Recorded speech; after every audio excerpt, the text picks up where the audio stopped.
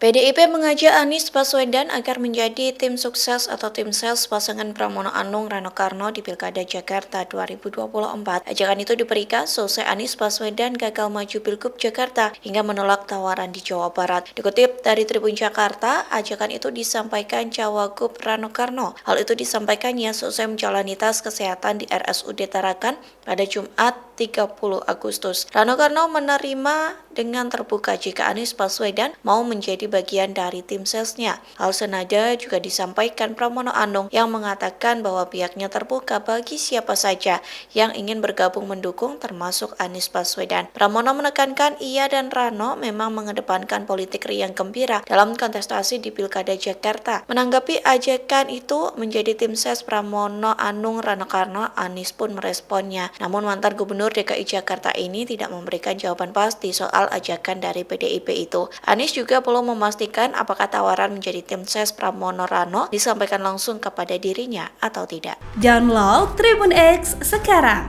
menghadirkan lokal menjadi Indonesia.